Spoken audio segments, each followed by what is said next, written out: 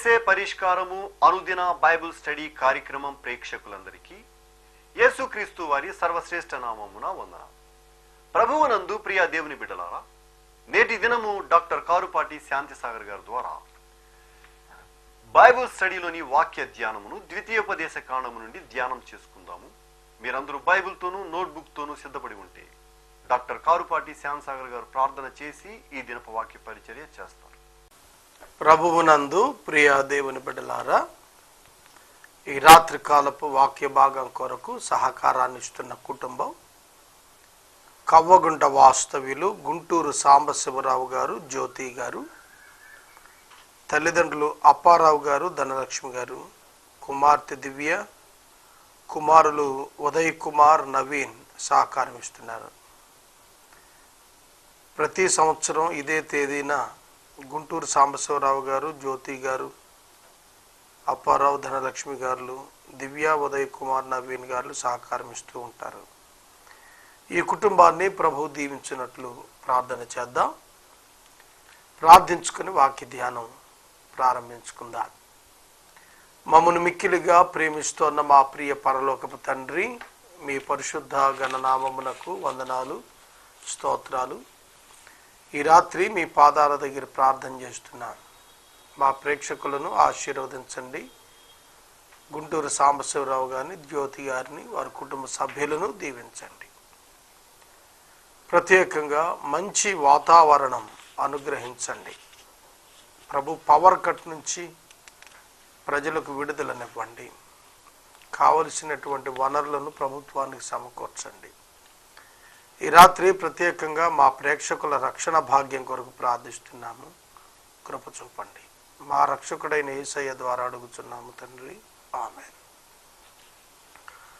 ప్రభువునందు ప్రియ దేవుని బిడ్డలారా, దయచేసి మీ పరిశుద్ధ బైబిల్ గ్రంథాన్ని తెరిచి ద్వితీయ ఉపదేశ కాండము 33వ అధ్యాయము 12వ వచనం నుండి వాక్యాన్ని గమనించండి. బెన్యామీనును గూర్చి ఇట్లు అనెను. మోషే భక్తుడు ఇశ్రాయేలు గోత్రాలను గూర్చి మాట్లాడుతున్న మాటలు, దీవెన వచనములు. బెన్యామీను యాకోబు బహుగా ప్రేమించినటువంటి రాహేలుల కుమారుడు. రాహేలు బెన్యామీనును కనినప్పుడు చనిపోయింది. బెన్యామీన్ అంటే యాకోబుకు చాలా ప్రేమ. యోసేపు, బెన్యామీను అనే వారిద్దరూ కూడా యాకోబు, రాహేలుల సంతానం.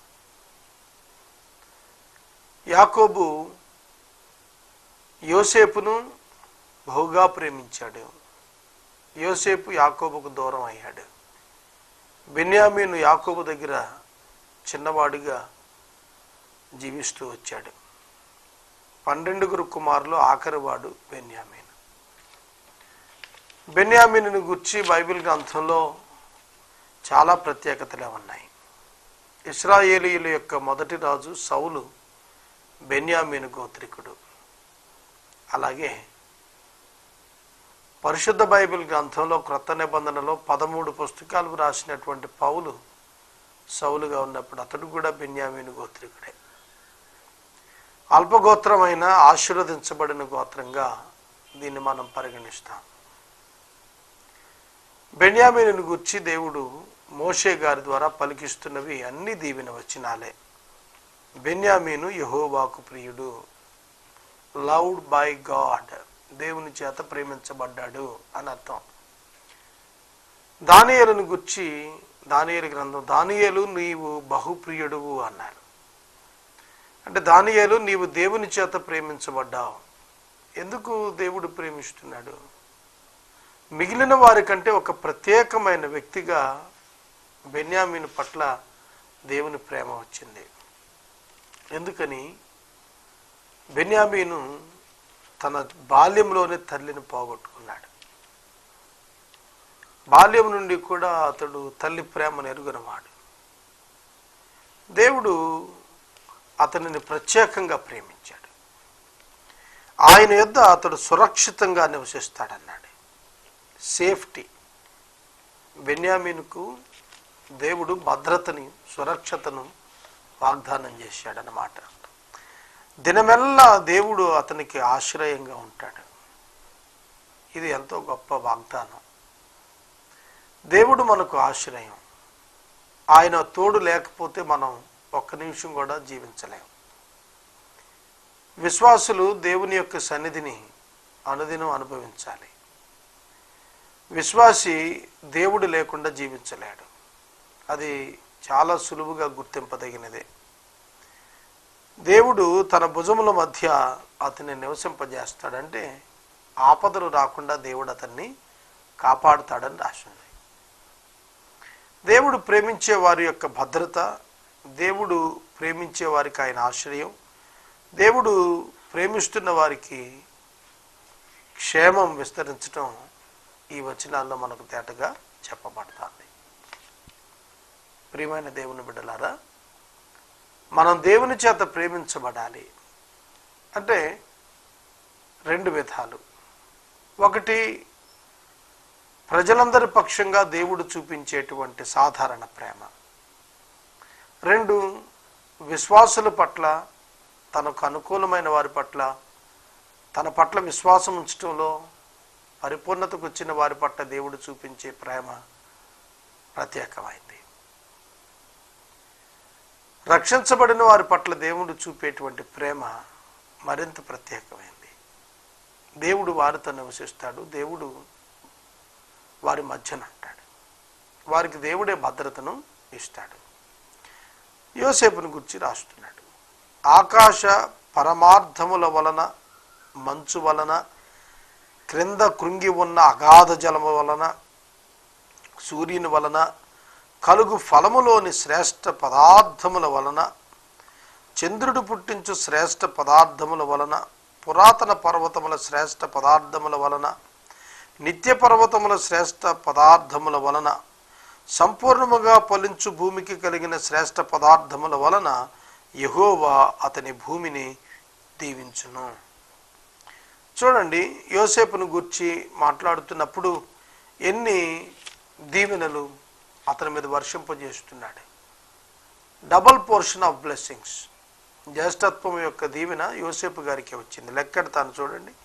ఆకాశ పరమార్థం వలన ఒకటి, రెండు మంచు వలన, మూడు భూమి క్రింద కుంగి ఉన్న అగాధ జలం వలన, నాలుగు సూర్యుడి వలన, కలుగు ఫలములలోని శ్రేష్ఠ పదార్థాల వలన, ఐదు చంద్రుడు పుట్టించు శ్రేష్ఠ పదార్థాల వలన, ఆరు పురాతన పర్వతముల శ్రేష్ఠ పదార్థాలు, నిత్య పర్వతాల శ్రేష్ఠ పదార్థాల వలన, సంపూర్ణంగా ఫలించు భూమికి కలిగిన శ్రేష్ఠ పదార్థాల వలన యెహోవా అతనిని దీవించును అని చెబుతున్నాడు. 8 విషయాలు తెలియచేసిన తర్వాత యెహోవా అతనిని దీవించును అని రాస్తున్నాడు. చూడండి, ఆకాశము, భూమి, అగాధము, శ్రేష్ఠ పదార్థాలు, ఇవన్నీ కూడా చెబుతున్నప్పుడు మనం ఏమర్థం చేసుకోవాలి? యోసేపు చెప్పబడిన గోత్రాలందరిలో కళ్ళ కూడా బహుశ్రేష్టమైనటువంటి ఆశీర్వాదం పొందిన వాడుకున్నాడు. అంతేకాదు, ఒక అద్భుతమైన పదం ఇక్కడ వాడాడు. ఏమిటంటే, పొదలో ఉండిన వాని కటాక్షం యోసేపు తల మీదకు వస్తుందన్నాడు. మోషే భక్తుడు దేవుడు తనకు ప్రత్యక్షమైనటువంటి హోరేబు పొద దర్శనాన్ని జ్ఞాపకం చేసుకుంటున్నాడు. ఆ పొదలో ఉండిన వాని యొక్క కటాక్షం యోసేపు తల మీదకు వచ్చేస్తోందన్నాడు. ఏమిటిది? ఏమిటి కటాక్షం? యోసేపు యొక్క గోత్రాలు ఏమిటి? యోసేపు కుమారుల పేర్లు ఎఫ్రాయిము, మనషే. యోసేపు మోషే గారి కంటే ముందే చనిపోయాడు. ఐగుప్తులోనికి మొట్టమొదట వెళ్ళింది యోసేపు గారి.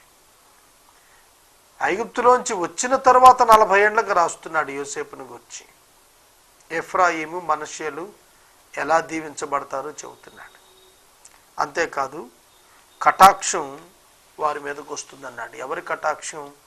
పొదలో నుండిన వాడు. కనుక ప్రత్యక్ష గుడారమును మోషే భక్తుడు వారికి ఇచ్చిన ఆ దేవుని గూర్చి తాను మొట్టమొదట చూసిన ప్రత్యక్షత ఎక్కడ? మండుచున్నట్టుగా కనపడిన పొద. మోషే 80 సంవత్సరాల వయసులో ఉన్నప్పుడు హోరేబు పర్వతం పరిసర ప్రాంతాల్లో అతని మామగారైన ఇత్రో యాజకుడు అతని మందలు మేపుతున్నాడు. దేవుడు అతన్ని ఆకర్షిస్తున్నారు. సమయం ఆసన్నమైంది. ఇశ్రాయేలు విడుదల ఐగుప్తు నుంచి దేవుడు ఏర్పాటు చేస్తున్నాడు. దాని కొరకు దేవుడు మోషేని ఏర్పరచుకున్నాడు కనుక మోషేని పిలవటానికి ఒక ఆశ్చర్యకరమైన దృశ్య దర్శనం ఇచ్చాడు. అదేమిటి? హోరేబు పర్వతం దగ్గర ఒక పొద తగలబడిపోతోంది. ఎంతసేపు తగలబడినా కాలిపోవటం లేదు, నాశనం కావటం లేదు. ఇది వింత.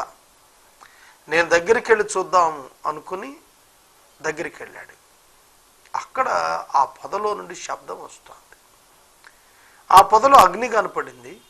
దగ్గరికి వెళ్ళాడు. పొదలో నుండి మాటలు వస్తున్నాయి. మోషే, నీ చెప్పులు విడువుము, నేను నీ పితరుల దేవుడను. చూస్తున్నారా? మోషే, నీ చెప్పులు విడువు, ఇది పరిశుద్ధ స్థలం, దేవుని వాక్కు. అగ్నికీలలు కనిపిస్తున్నాయి, దేవుని వాక్కు. మరి అగ్నికీలలు అయితే పొద కాలిపోవాలి, కాలటం లేదు కనుక త్రిత్వదైవం అక్కడ ప్రత్యక్షత. పరిశుద్ధాత్ముడు అగ్నిజ్వాలల వంటి నాలుకలకు విభాగించబడి కనపడ్డాడు కదా మేడగదిలో. కనుక అదే దృశ్యం కనిపిస్తోంది. పొద కాలుతోంది కానీ నాశనం కాలేదు.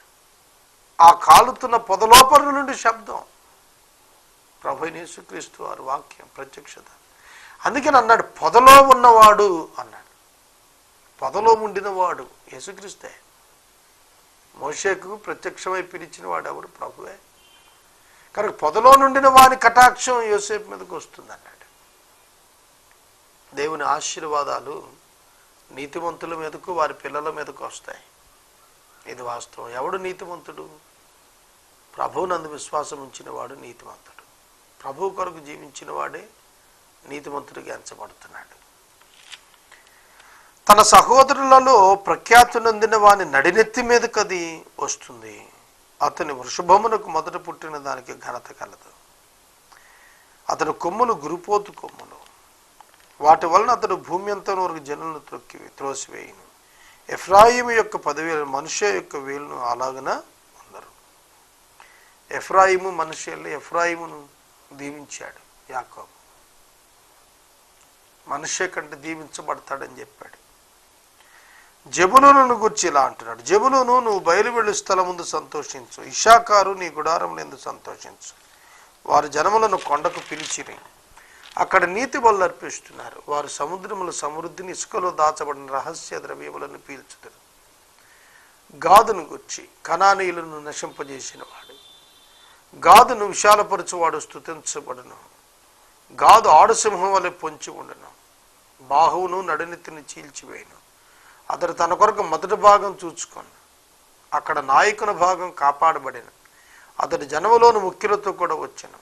యెహోవా తీర్చిన న్యాయమును జరిపిన. ఇశ్రాయేలీయుల యొద్ద యెహోవా విధులను ఆచరించెను.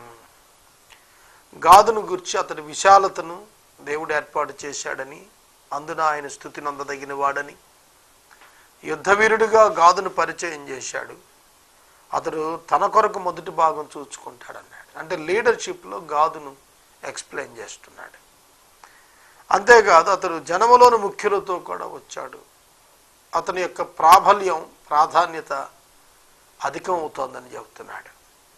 యెహోవా తీర్చిన న్యాయాన్ని జరిపిన వాడుగా, అంటే ఒక జడ్జిగా, లీడర్గా అతడు ఉన్నాడనేది చెబుతున్నాడు. దానును గురించి ఇలా అంటున్నాడు, దాను సింహపు పిల్ల, అది బాషాను నుండి దుమికి దాటును. నఫ్తాలిని గురించి అంటున్నాడు, కటాక్షము చేత తృప్తి పొందిన నఫ్తాలి, దేవుని దీవెన చేత నింపబడిన నఫ్తాలి.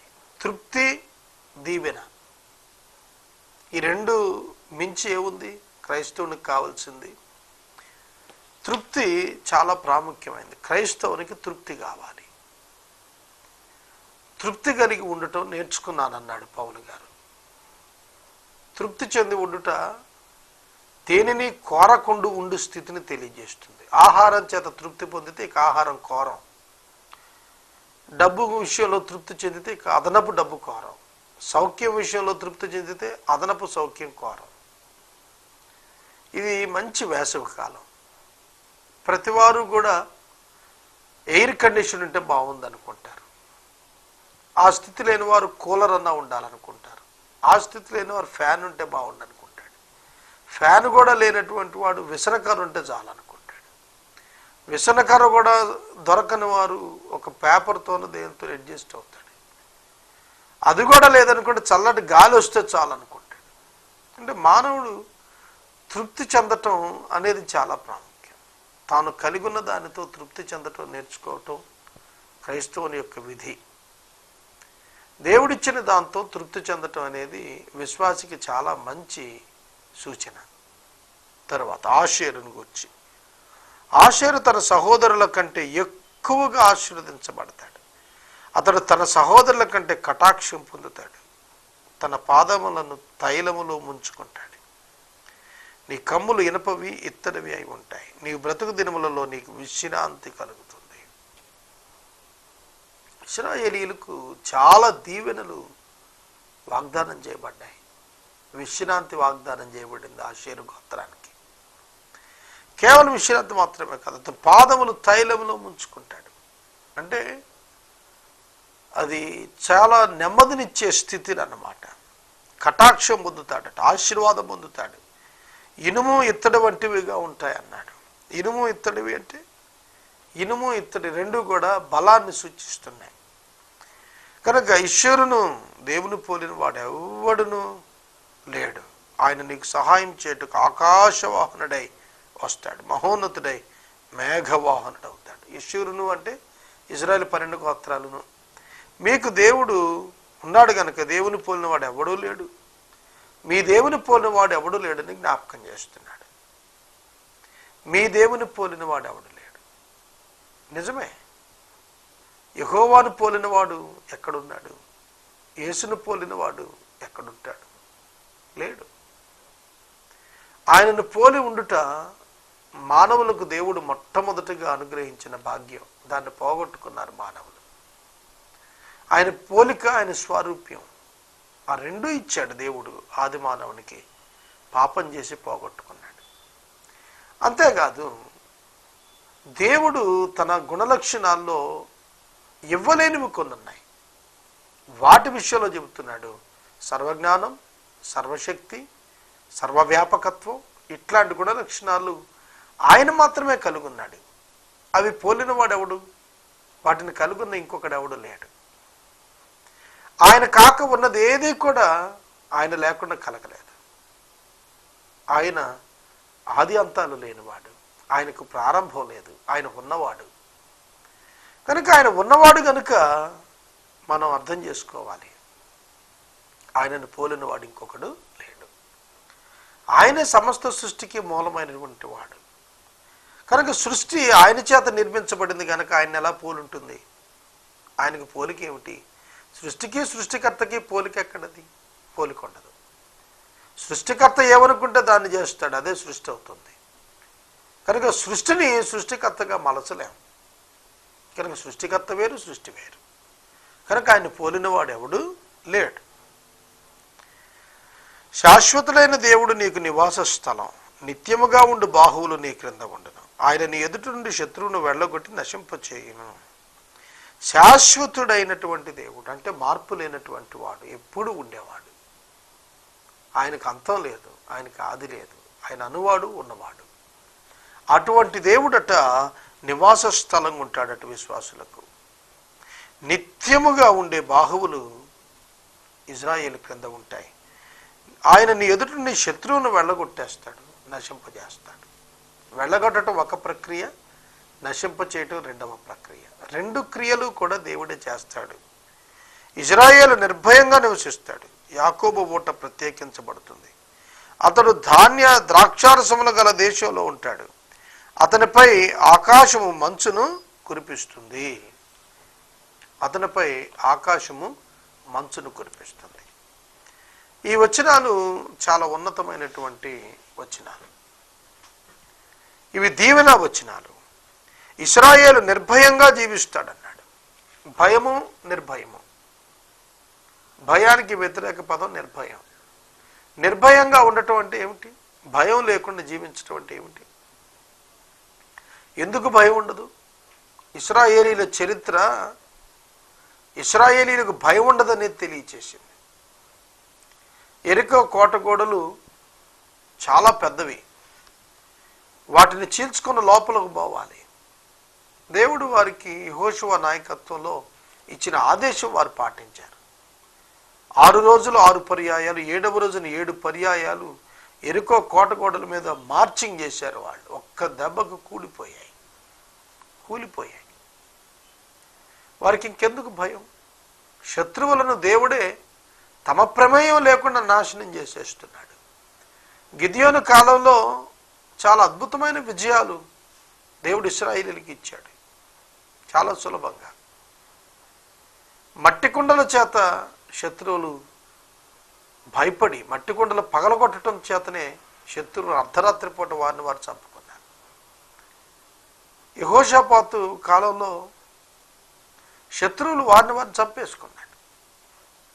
దేవుడు తమ కార్యాలు చేసేస్తూ పోతుంటే ఇంకా భయం ఎందుకు?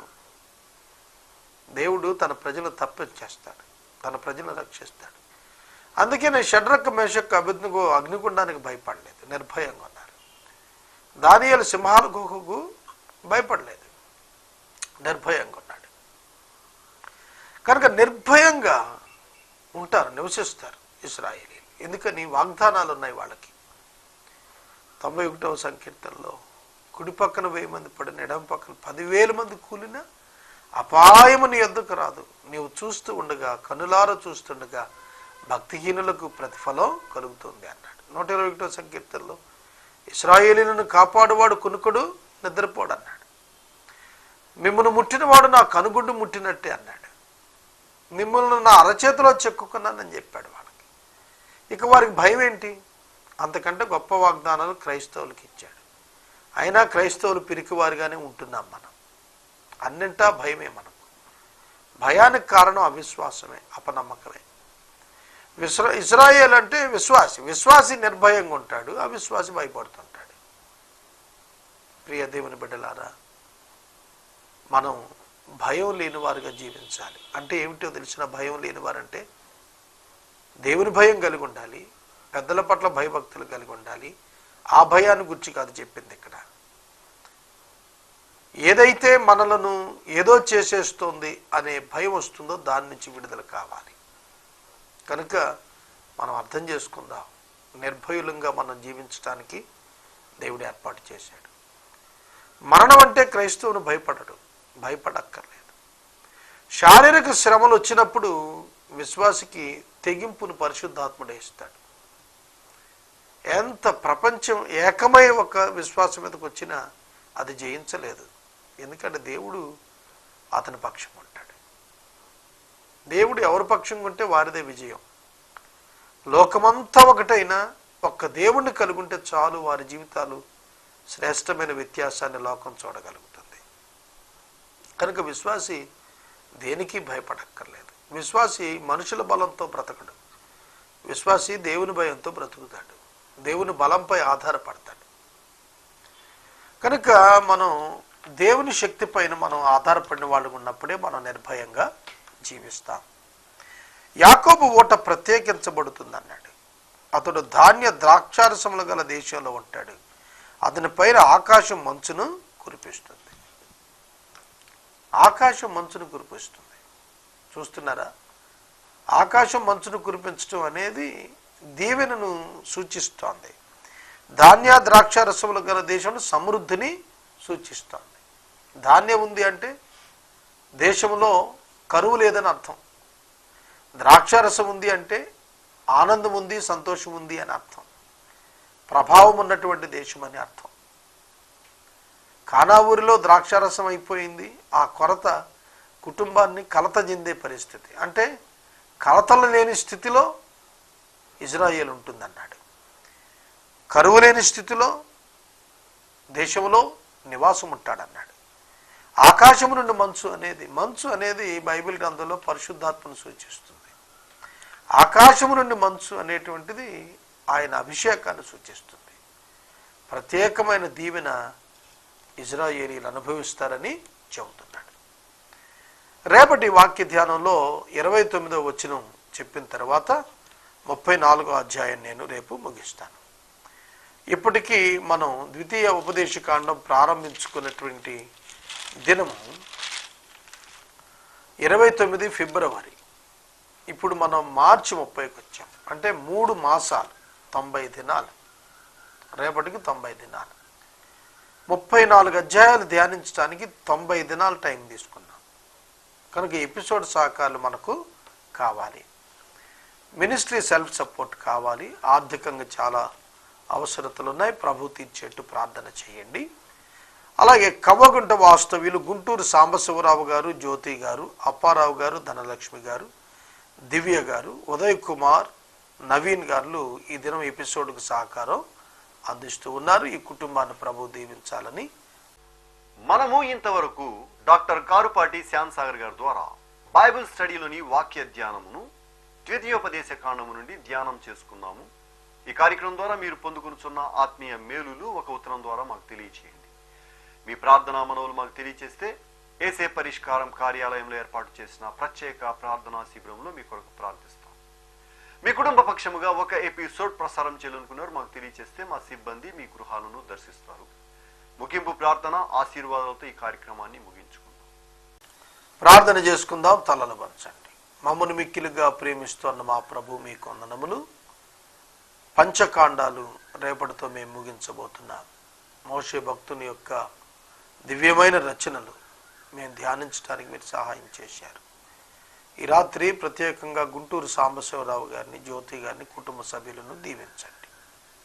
ఎపిసోడ్ సహకారులను మీరు పంపించండి ప్రభు. తీవ్రమైన ఆర్థిక అవసరతలు ఉన్నాయి, తీర్చండి ప్రభు. మీరు తప్ప జవాబిచ్చువారు లేరు. కృపా కనికరాలు చూపండి, క్షమించండి. మా ప్రేక్షకులను దీవించండి. యేసుక్రీస్తు ప్రభు పేరిట అడుగుచున్నాము తండ్రి, ఆమేన్. మన తండ్రి అయిన దేవుని ప్రేమ, కుమారుడిని యేసయ్య కృప, పరిశుద్ధాత్మని యొక్క అన్యోన్య సహవాసం సదాకాలం మనందరికీ తోడై ఉండును గాక. ఆమేన్.